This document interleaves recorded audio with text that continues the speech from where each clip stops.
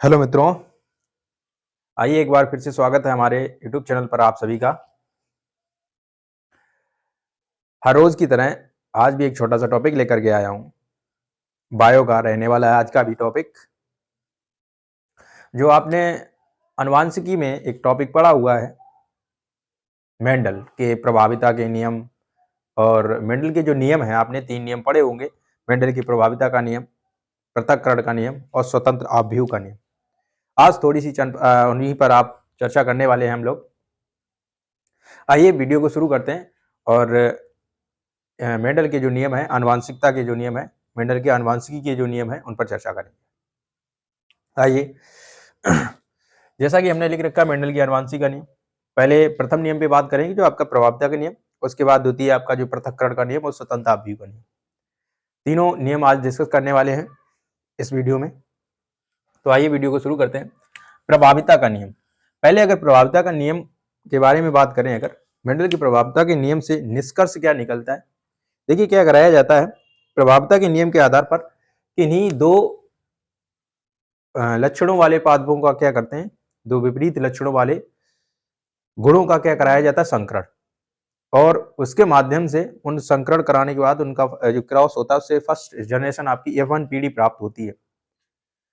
और जो लक्षण लिए जाते हैं, जो गुण लिए जाते हैं, वो क्या होते हैं, विपरीत होते हैं एक दूसरे के। इनमें से क्या होता है, एक गुण दूसरे के ऊपर प्रभावी रहता है और एक गुण कैसा रहता है, अप्रभावी रहता है। अर्थात इसका जो रिजल्ट रहने वाला है, F1 पीढ़ी में जो भी संतति प्राप्त होगी, उसमें क्या होगा कि आपका एक जो लक्षण रहेगा वो दूसरे वाले के ऊपर प्रभावी रहेगा। प्रभाविता के नियम से यही निष्कर्ष निकलता है। तो आइए उसको कैसे लिखेंगे वो देख लेते हैं।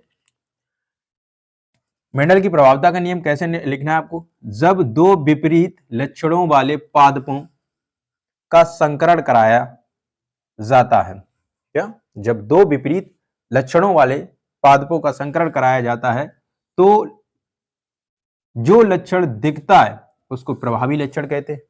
जो लक्षण दिखता है उसको प्रभावी लक्षण कहते हैं और जो नहीं दिखता है उसको अप्रभावी लक्षण कहते हैं।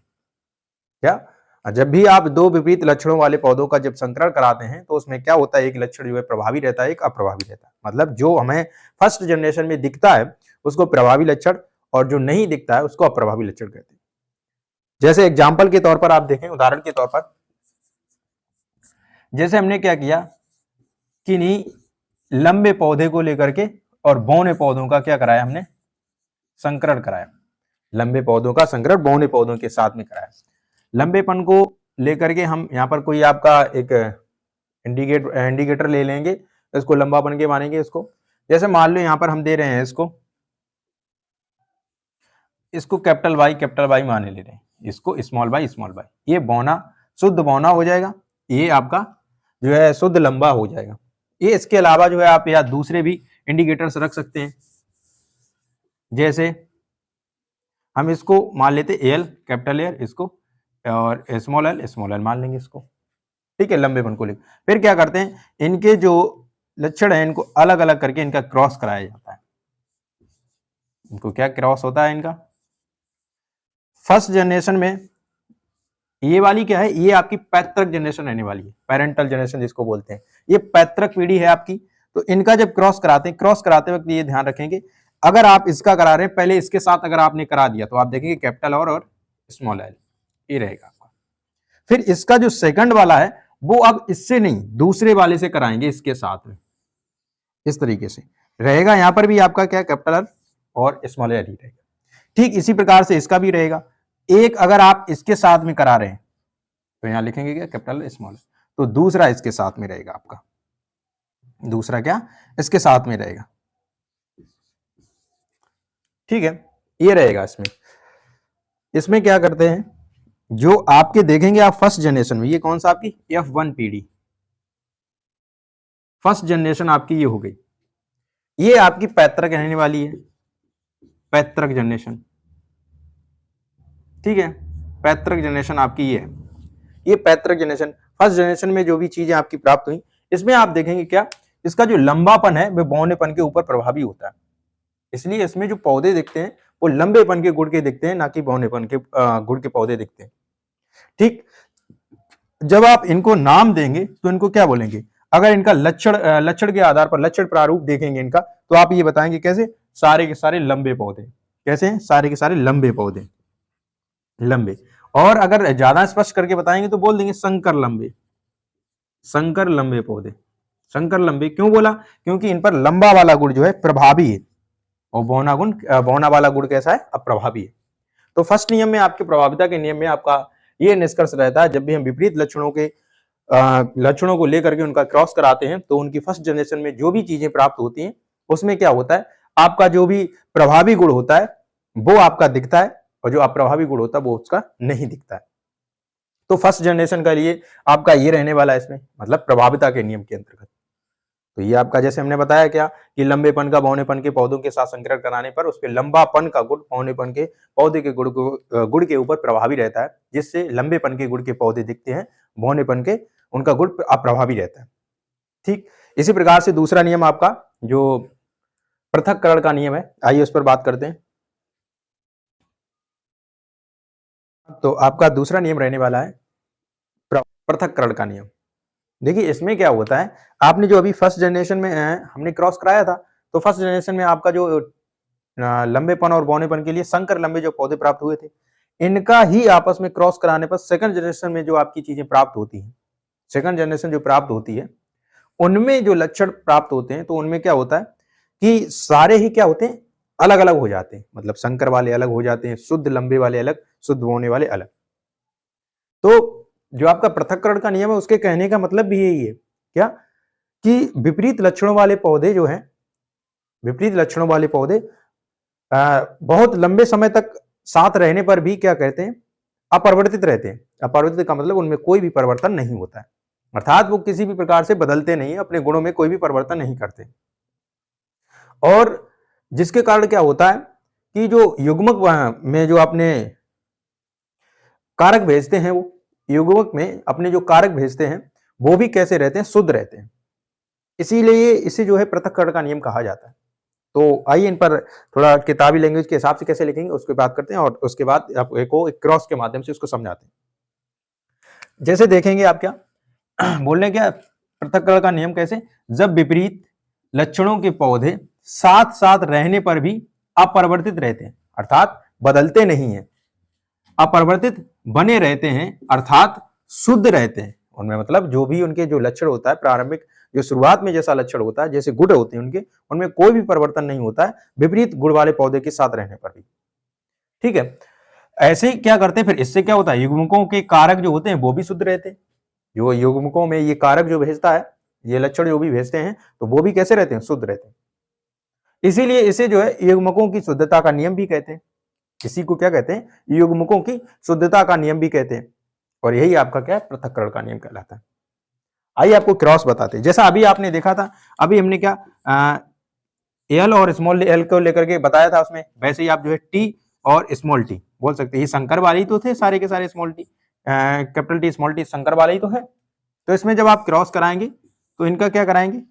ये कैपिटल टी इधर हो जाएगा, small T, capital T, small T. इनका जब आप क्रॉस कराएंगे तो वही क्रॉस ध्यान रखेंगे, इसका अगर आपने इसके साथ करा दिया है तो कैपिटल टी लिखेंगे। फिर इसका इसके साथ कराना है, इसके साथ कराना है तो यहां लिखेंगे क्या? Capital T small T. ठीक है, अब इसका क्या कराएंगे? इसका देखो एक इसके साथ कराएंगे तो यहां आ जाएगा क्या? स्मॉल टी, और एक कराएंगे इसके साथ तो यहां क्या आ जाएगा? Capital T small T. अब आप देखेंगे क्या कि इसमें कैपिटल टी स्मॉल टी, और ये कैपिटल टी वाला आपका, और ये स्मॉल टी वाला। अर्थात अभी देखिए इसमें फर्स्ट जनरेशन में क्या था? बौने और लंबेपन के पौधे जो थे, दोनों ही क्या से, दोनों ही गुणों के क्या था? साथ में रखा गया। लेकिन अगली जनरेशन में क्या हुआ? उन्होंने अपने गुणों को क्या, कोई भी परिवर्तन नहीं किया, जैसे थे वैसे ही बने रहे। और ये चीज उन्होंने अगली जनरेशन में, मतलब फर्स्ट जनरेशन में जो आपके ये प्राप्त हुए थे, उन्होंने आने वाली सेकंड जनरेशन में इस चीज को स्पष्ट कर दिया क्या, कि वो विपरीत लक्षणों के साथ रहने पर भी अपने गुणों में परिवर्तन नहीं करते।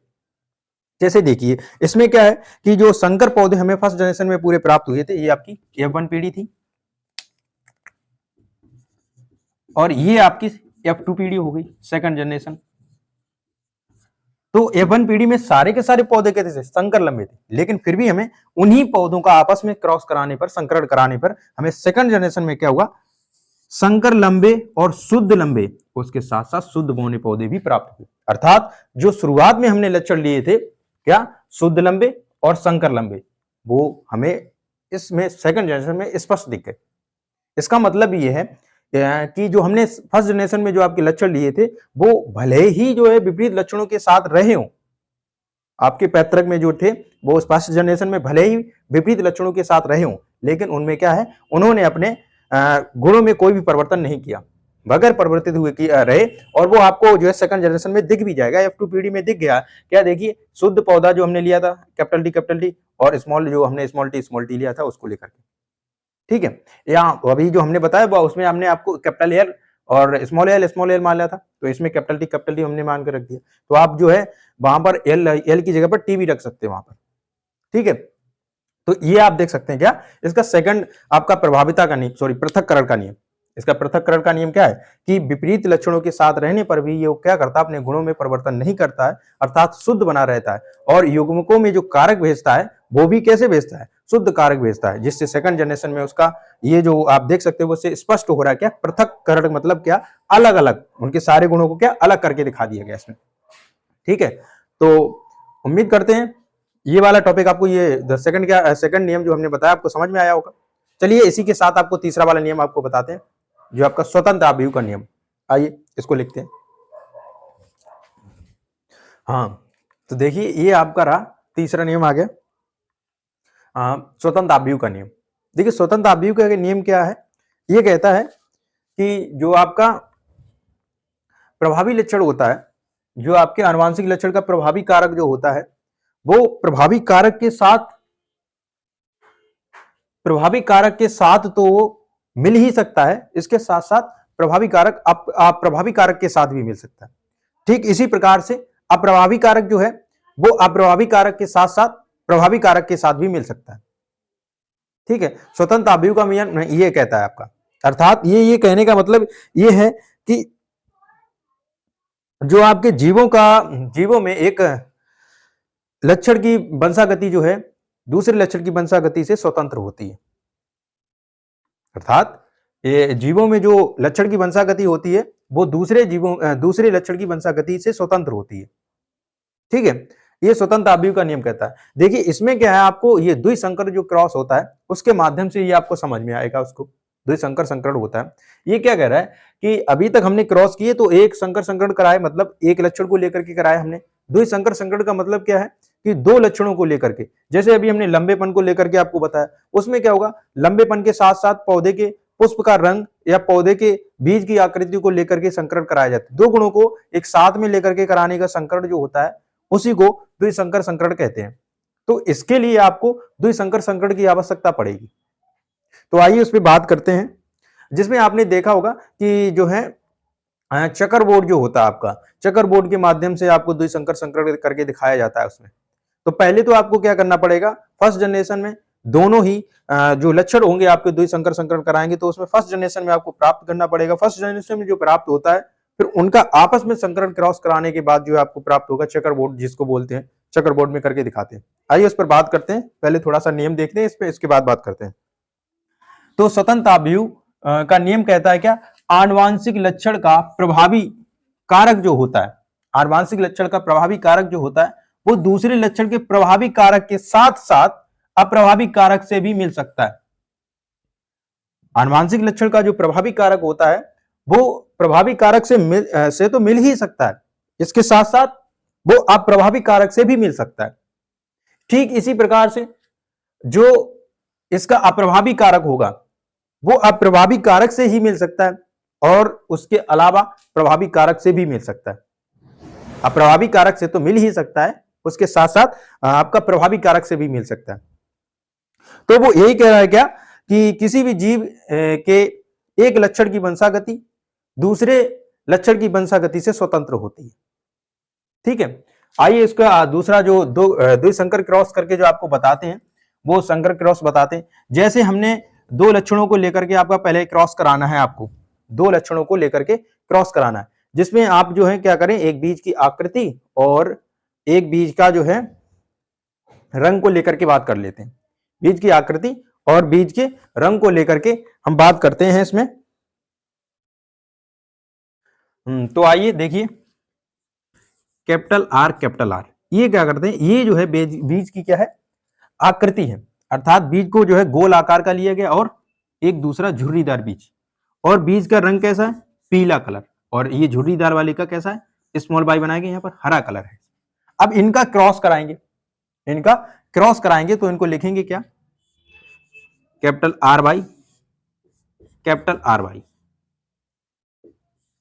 ठीक इसी प्रकार से इसको भी लिखेंगे स्मॉल आर बाई और स्मॉल आर बाई। ठीक जैसा पीछे क्रॉस कराया था, ठीक वैसे ही इसका भी क्रॉस कराएंगे।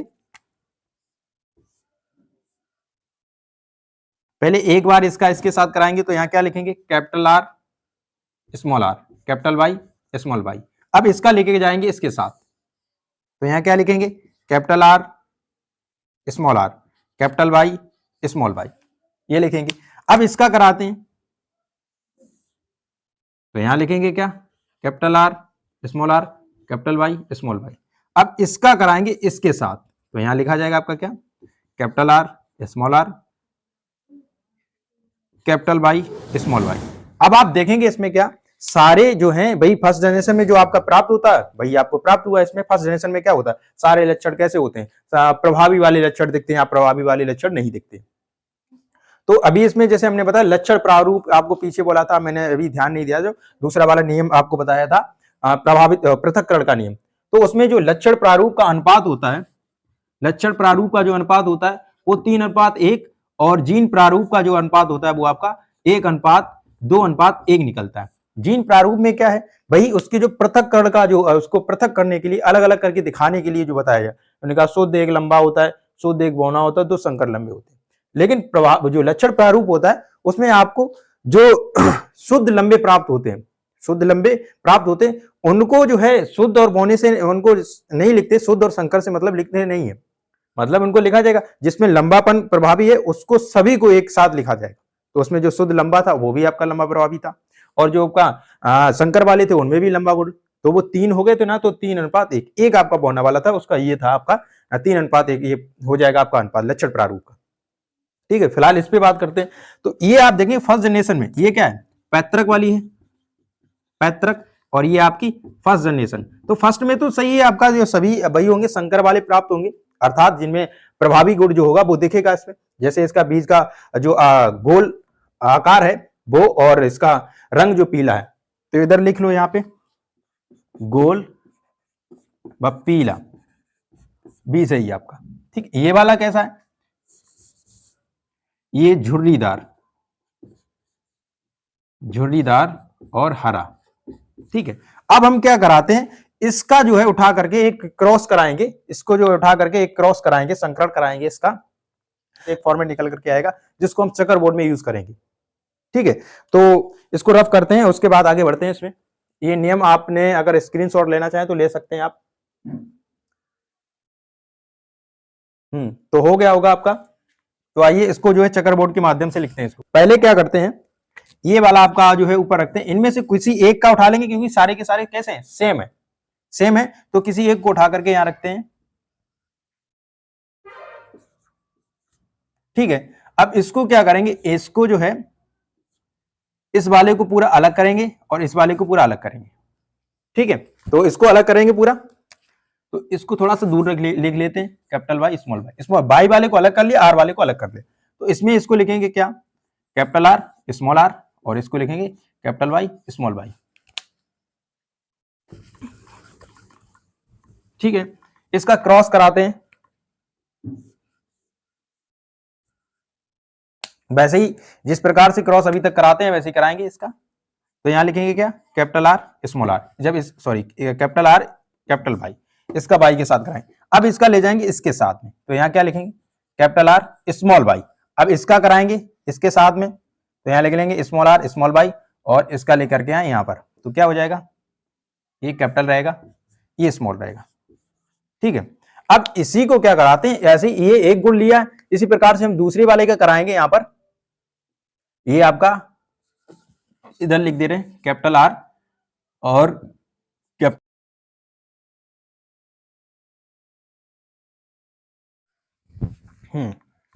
तो अब क्या कराएंगे, अब इस वाले का नंबर आया तो इस वाले का इसके साथ कराएंगे तो यहां लिखेंगे क्या, capital R small R capital Y capital Y.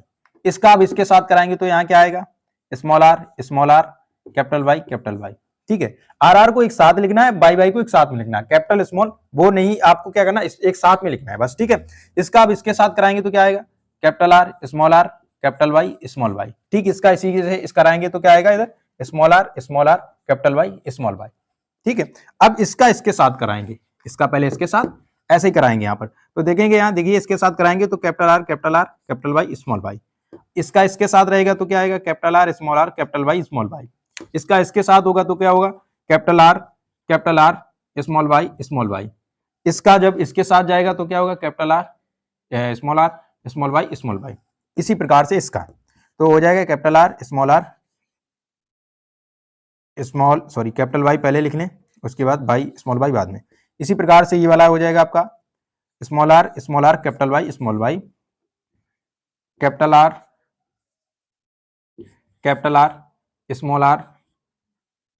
Small Y small Y. अब ये इसके साथ तो यहाँ क्या हो जाएगा, small R small Y small Y.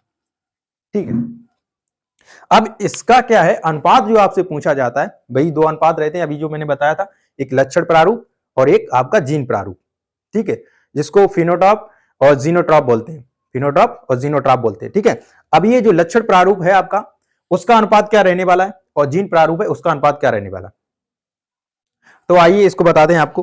पहले आपको क्या करना है, लक्षण प्रारूप अगर आपको यहां से निकालना है तो लक्षण प्रारूप अगर आपको यहां से निकालना है तो आप क्या करेंगे, सबसे पहले ये देखेंगे जिसमें कम से कम एक कैपिटल आर और एक कैपिटल वाई होना चाहिए, कम से कम एक कैपिटल आर का एक कैपिटल वाई होना चाहिए, दोनों इनमें से एक ना एक होना चाहिए, अगर ज्यादा होंगे तो कोई दिक्कत नहीं लेकिन एक तो कम से कम होना चाहिए। तो आप देखेंगे इसमें देखिए, तो पहले निकालते हैं कैपिटल आर और वाई वाले, एक ये रहा आपका, एक ये, इसमें देखिए एक कैपिटल आर एक स्मॉल वाई दोनों है, तो हमने कहा कम से कम आपको एक देखना है, एक ये रहा एक ये रहा। इसी प्रकार से ये, इसमें तो दोनों में आपका क्या है, कैपिटल आर नहीं है तो ये वाला नहीं हो सकता है, ये वाला आपका हो जाएगा। और इसमें कैपिटल आर नहीं है, वाई जरूर है लेकिन आर नहीं है। इसमें देखिए इसमें कैपिटल आर और वाई दोनों है, इसमें भी कैपिटल आर और वाई दोनों है, और इसमें वाई नहीं है, कैपिटल आर तो है लेकिन वाई नहीं है। इसमें देखेंगे तो वाई नहीं है, तो इसमें देखिए इसमें दोनों है आपके, इसमें आपका आर नहीं है, इसमें वाई नहीं है, इसमें आपका आर नहीं है कैपिटल। अब आप देखेंगे इनको काउंट करें जरा, 1 2 3 4 5 6 7 8 9, देखें कितने हो रहे हैं, 1 2 3 4 5 6 7 8 9। तो इसका जब लक्षण प्रारूप लिखेंगे, लक्षण प्रारूप लिखेंगे तो कितना आएगा आपका,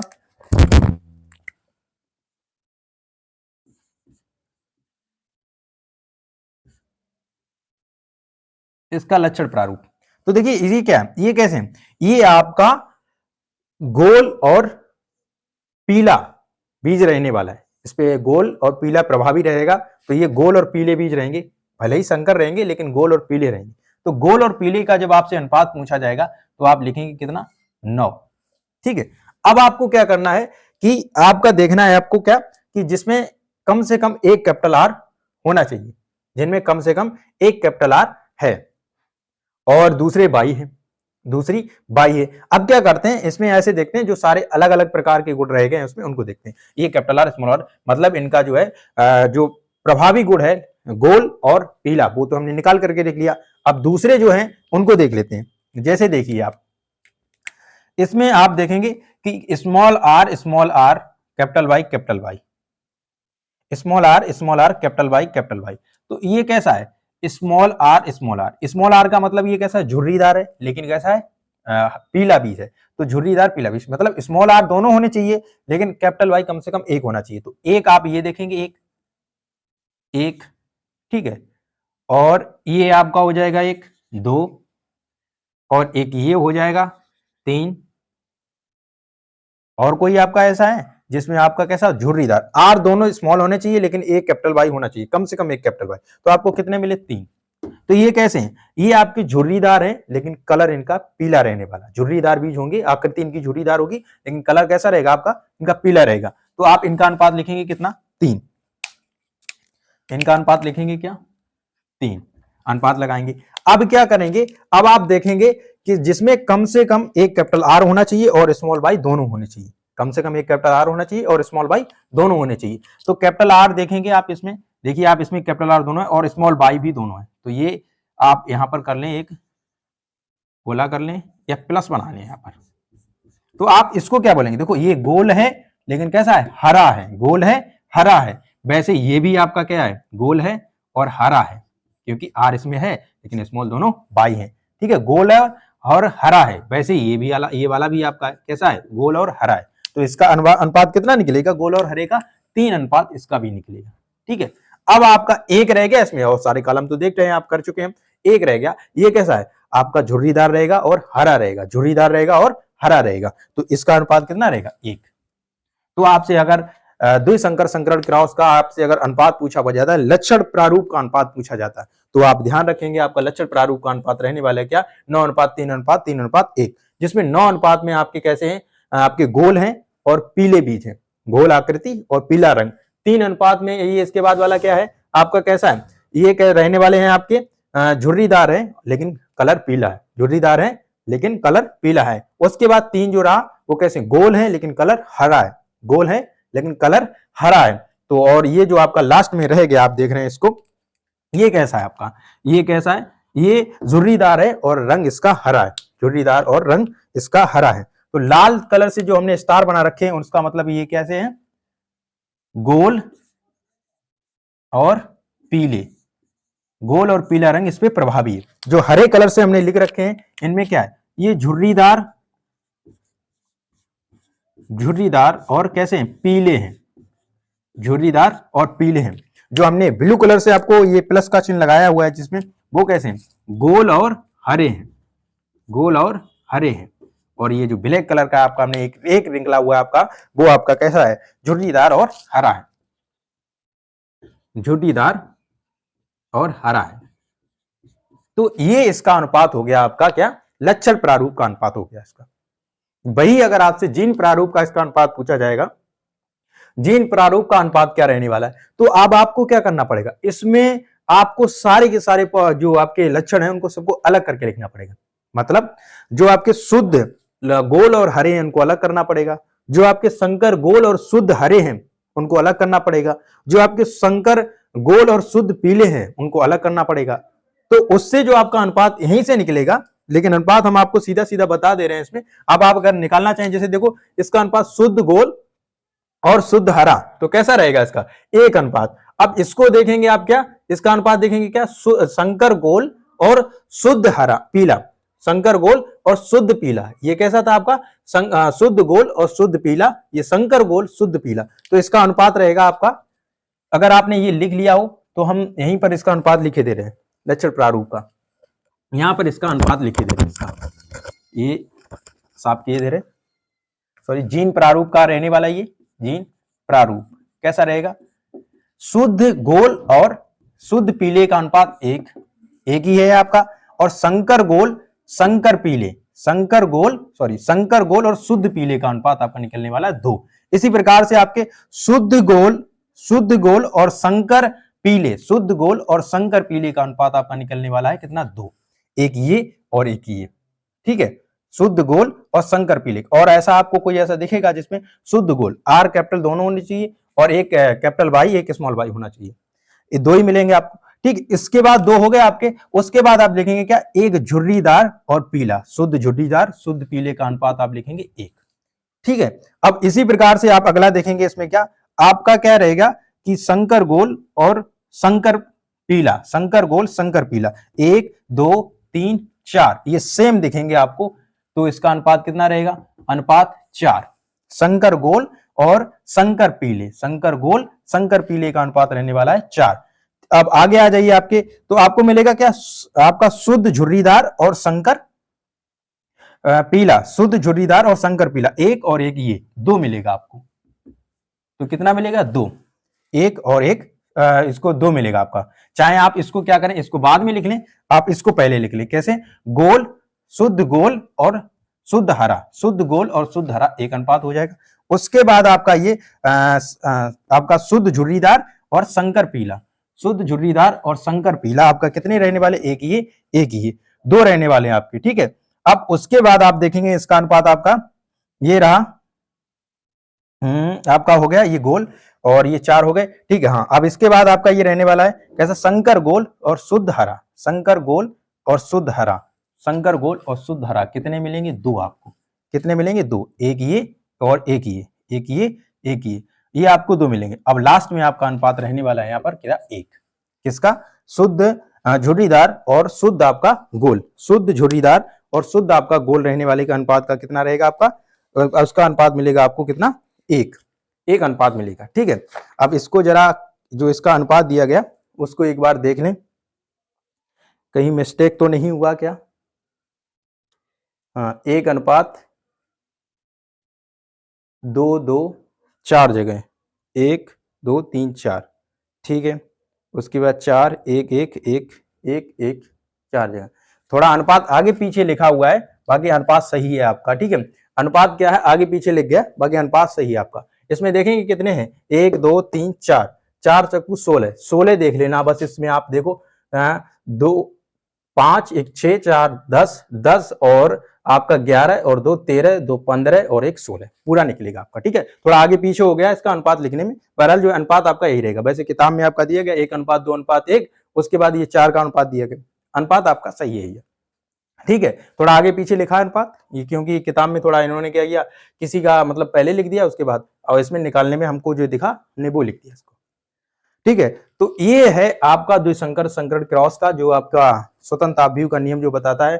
उसमें क्या कहता है? सारे गुण जो है आपको, चाहे प्रभावी वाला हो, प्रभावी के साथ, अप्रभावी के साथ भी जो है आपका जो है लक्षण दिख सकता है। और वैसे ही जो है आपका अप्रभावी होता है, वो अप्रभावी जो है प्रभावी के साथ भी आपका जो है लक्षण दिख सकता है स्वतंत्र आपव्यूह के नियम से, ठीक है। तो ये थे आपके आज के 3 नियम, मेंडल की आनुवंशिकी के जो नियम हैं 3 आपका प्रभाविता का नियम और पृथक्करण का नियम और स्वतंत्र आपव्यूह का नियम। और वीडियो थोड़ा लंबा हो गया, लेकिन आज का टॉपिक आपका बहुत इंपॉर्टेंट रहने वाला। ये आप जो है क्रॉस वही प्रैक्टिकल जो आपके चलने वाले हैं उस पर भी इंपॉर्टेंस रहेगा, और इसके साथ साथ आपका जो ये बोर्ड के पर्पज से बहुत ज्यादा इंपॉर्टेंट हुआ। इसमें से क्वेश्चन जरूर एक ना एक बनते हैं, कहीं ना कहीं आपको क्वेश्चन जरूर मिलेगा इससे, तो इसको जरूर देखें और चैनल को सब्सक्राइब कर लें और अपने इष्ट मित्रों से भी बोलें इसको सब्सक्राइब कर लें, ताकि आपको ये वीडियो आपको डेली आपके पास पहुंचता रहे। तो आज का टॉपिक फिलहाल इतना ही, मिलते हैं एक नए टॉपिक में, तब तक के लिए धन्यवाद।